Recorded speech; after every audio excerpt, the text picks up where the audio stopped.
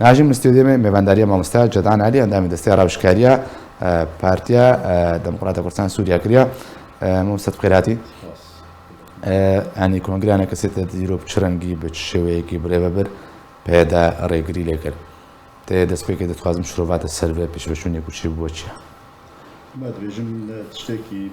جدروي خوندنا خلقي تشي نبويا ونرين وشوبي نارو جعبديري سروشا سياسية كردي كردستان سوريا وفي ريبابريا بيادي جروجا و يعني هاتي را دستكرن هرمين كردي جعلي رجيمة بشار دست بيادي حتى روجا ايرو براستي روج بروج ابو چند سالا جيب جيد دكي اثبات دكي خوندنا خلقي انه اف ريبابري اف بارتيا هني نهات يجبو مافو دوزا كردي دي سوريا دا كاركي تنيت كيجبو ايديولوجيا بارتيا خوا چاوا في بارتي بدي خويا كرن انه بهيزا وانه كاري حمتشتي چك داري بي خراب بي او بي بكي وبريارجي يعني نافندية مركزية وك نظامك يعني بشيوكي شمولي بريارة دستين او دكن يعني شخال يعني شرمة بفيرنجي هني بارتينا انجمانا كردي بيكاتي انجمانا كردي برنجكي سيفيل ومدني كاري خدكن سياسي كاري خدكن بريار مثلا بريار دابون دريا امريكانا را اري كربون ومظلوم عبدي وتبو اري وخديه صاليجي اقادار كربون افحمي وكا مامست اسماعيل اما جبي كريو وقال لك هورغولي قوتن راستي ازبار ناكم يعني شوي جو كرن جدرفي خوندنا خلقي بالسر عقلي وهشمندية في بارتيه بچرنگي بريفد بي بچرنگي تيكلاي وتعامل بهزين سياسية كردي ردكيت كردستان سوريا وجدربي كردستان سوريا براستي اف نها يعني از تتشقص الخوفت قري تتشخاصي دافيجي عقلات نزاني كاتش قزنجا بيديج فيها بس انه اثبات بكيج لا ينقري خورا وش خلكيرا انه دستهلاته دستهلاتي وتكاري خلكي بكي زندان هذا وتكاري خلكي جدرفي سينورا بابيجي وتكاري رزقي خلكي جوا بسطيني وتكاري الطنقايا جوارا تشيكي وتكاري حمتشتي بكي ودوفرا آلية نتويدا أملتي كرد جادا كردي حتى إد نافتا خباتي دكنجي ولاين قري بيادينا وكارمندي ريفابرينا ريفابريا وانا خسرية بيتشي يعني أفحمه آلينا تويفا دعوة يعني دعوة ودوزك واهي يعني أقل فيدر يعني يقول كنت خرجت المستشار محمد اسماعيل تبقى دارك يعني أمريكا حتى أشترينجيا شباب وريجي دن عيدا أنا كسي كو كونغري دار خستن أف بيشوشوني كوتشيبوي إيرو يعني چه نامك بو شخصي خود أمريكا يعني كو تا رازي بوندا تا غلوبا كسلا لفا أز مريقري كر يعني شجورة أو يكتي خوان راستي أبتي قريدان يعني عم بيجن سلسلة تشتي قودكن بردوام دفا صالي درباس بويدا مثلا أمريكان تم دخازش تركارا وغيري تركارا وأوروبيارا بيجي إنه أف بشك بارتيكا بيادي بارتيكا سوريا كردي سورينا مثلا إيشي خوش منظومة بكاكي نينا وقنديل تنيا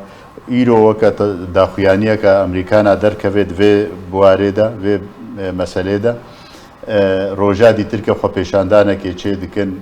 يان لكوباني يان لجهد دستلات والتي دا الجزيرة بآن جيل شعب كامبي شعبا وانا بن ويني جاميري وعبد الله وجلان درد خند دنا بيش واثبات دكن بسلوغان وبدروش او تشتيغو بلند دكن انه اما ام نوكا جو امريكان تبيجي ام من بشك جبكاكينا وقنديل أو برياراج مرة دشيني أبا يكياد دوا نهاجي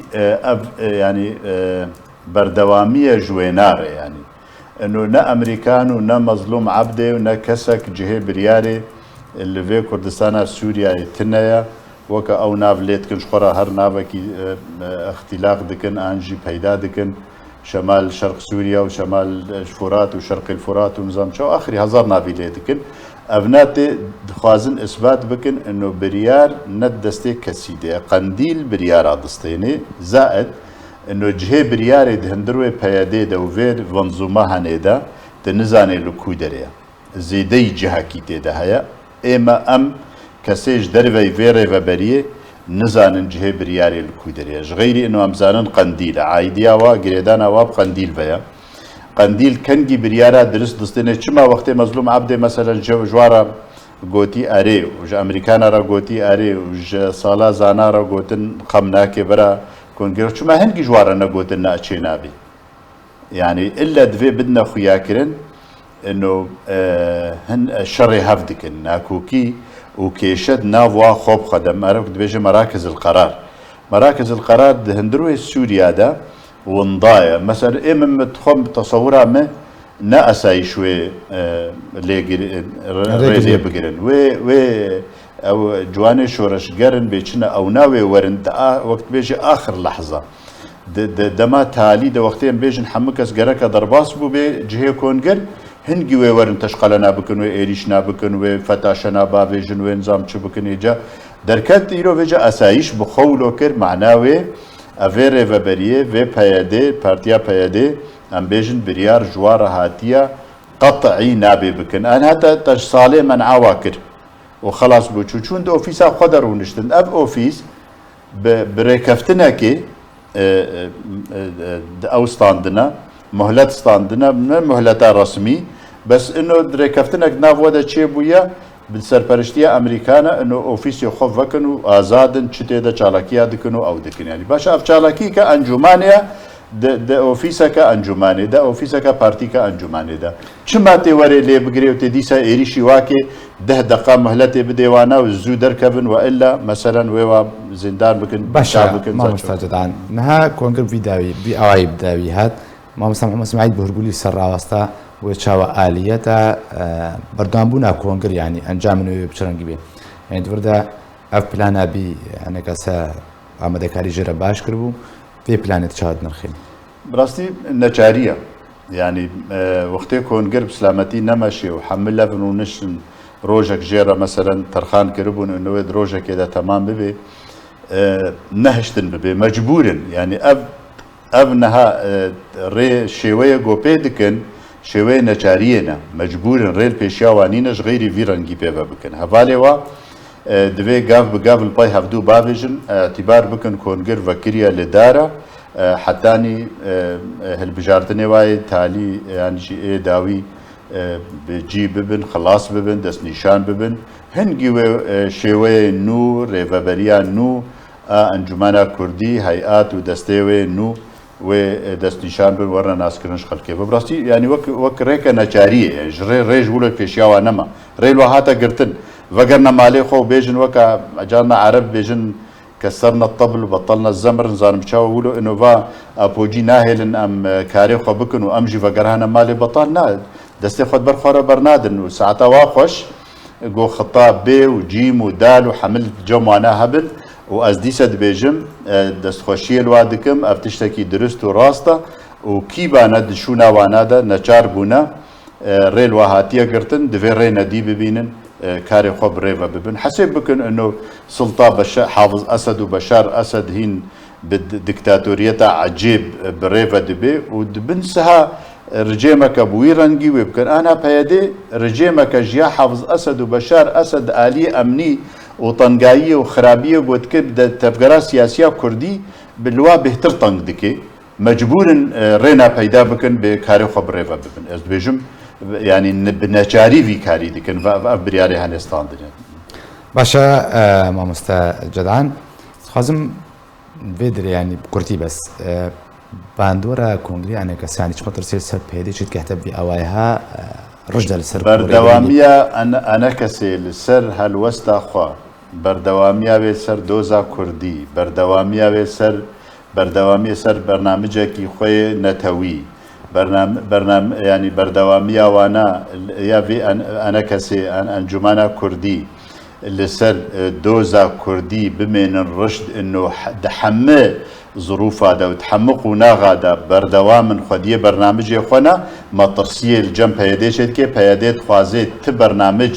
جدا تنەبێژ ئێوا پێوە براتیا گەلا و ئەمە دیموقراتیە vێتەنێت خوازێ بخێ مێژیە خەلکێدا و لەسەر عردێ ئیسبات بکێژ نەشتیمانی سووریرە